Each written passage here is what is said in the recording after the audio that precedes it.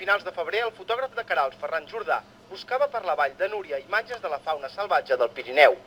Amb una mica de sort, però molt d'ofici, el Ferran no va deixar escapar una trobada casual. Ens vam trobar un llop. De fet, ens seguia ell a nosaltres. O sigui, va aparèixer pel mateix camí on acabàvem de passar, doncs ell és per on va aparèixer. I quan ens va veure, ens va estar mirant una estona i llavors va recular i va fer mitja volta. La fotografia suposa la primera imatge d'un llop a Catalunya aquest hivern i ratifica les dades que recopila l'equip de seguiment del llop del Departament d'Agricultura. El llop continua present al Pirineu, però encara no es pot parlar d'una comunitat estable, sinó d'espècimens aïllats. Ara fa una dècada que la Generalitat va anunciar oficialment la detecció d'aquest animal. Gairebé cada any es troben indicis de la seva activitat, com petges o excrements. Hi ha dades que asseguren la presència de llops a la Cerdanya, l'Alt Urgell, el Berguedà, el Solsonès i el Ripollès, i un registre contrastat al Vallès Oriental.